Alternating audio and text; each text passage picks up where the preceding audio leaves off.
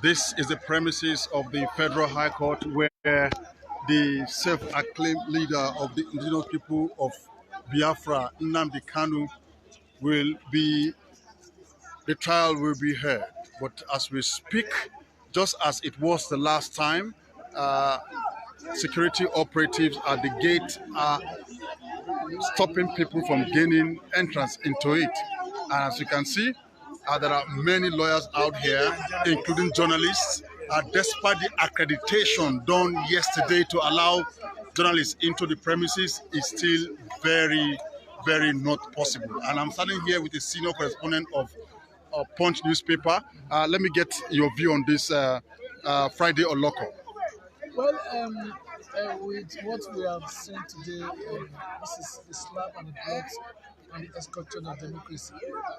Because it's surprising that despite the accreditation, we have really degenerated into the abyss of nothingness. The bone of contention now is that lawyers have not been allowed in. It is even said that no other court is going to sit apart from Justice Nyako, where Nnamdi Kanu is going to face trial. And that's one of the bone of contention. Another bone of contention is that there was a rule that not more than five from each of the parties, either from government or from Nnamdi Kanu, not more than 5 lawyers each will be allowed into the court premises. You can see that was causing the riots. Okay, thank you, Friday Oloko, senior correspondent with Punch newspaper. Okay, I also have with me a very senior reporter with Africa Independent Television, AIT, Mr. Austin. Austin, let me get your view concerning what's happening here today. We are here to cover the trial of Nnamdi Kanu, but as it happened the last time, no one is allowed to go in. We are all here, journalists, lawyers are equally out here, members of CSO are here, even some members of his kinsmen are not allowed in. What's your view on all that's been happening here in the Federal High Court? Okay, it's, thank you very much. It's very appalling that something like this is still happening in our country today, where little cases that are supposed to be of little interest are really made to become something else. What am I trying to say?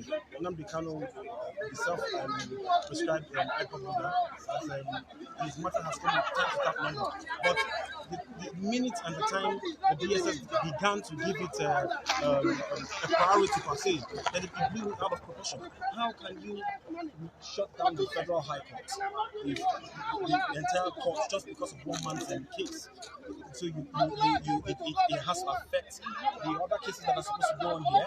Every other lawyer have really not granted access into the courtroom.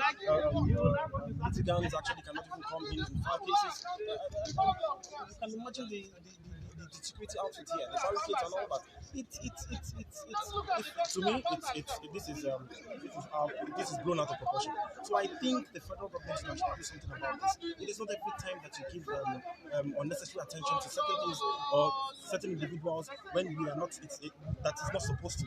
So I'm thinking that yes, the federal government should come in and do what is necessary here. Thank you very much. Thank you. All right, you've heard from Austin.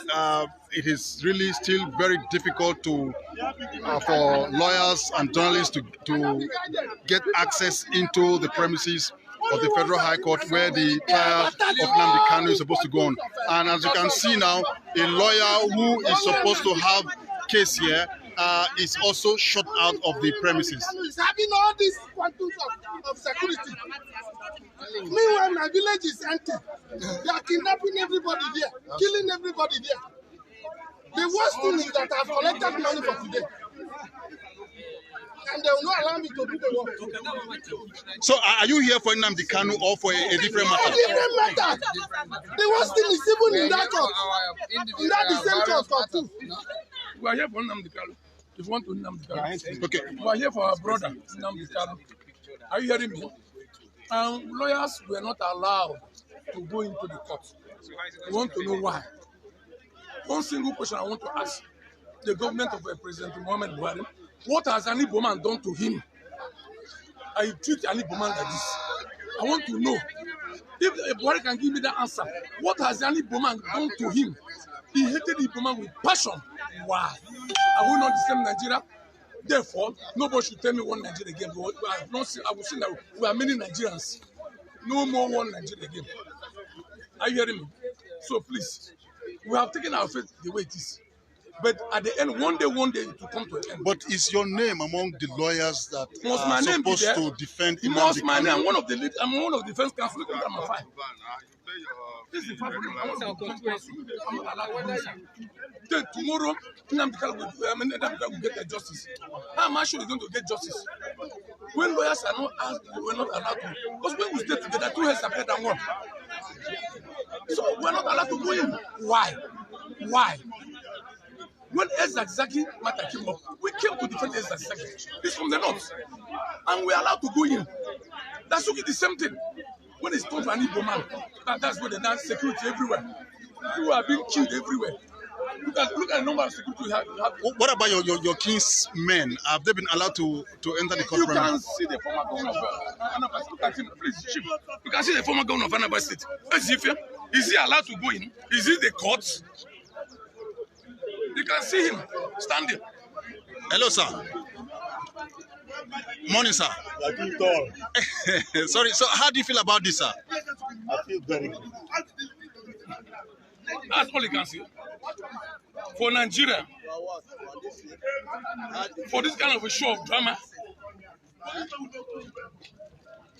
so nobody should tell me they want Nigeria. We are no more one. There's no hope for Nigeria. No hope. We feel for each other. We should No hope for Nigeria. Nigeria is gone. If what he's done to me is not good, say so to them. Not what to me. All right, so you've heard it from the former governor of Anambra State, Ken Ezefe. You can see the humongous crowd all waiting to gain access into the premises, and also journalists are out here also waiting patiently to see if they will be allowed in.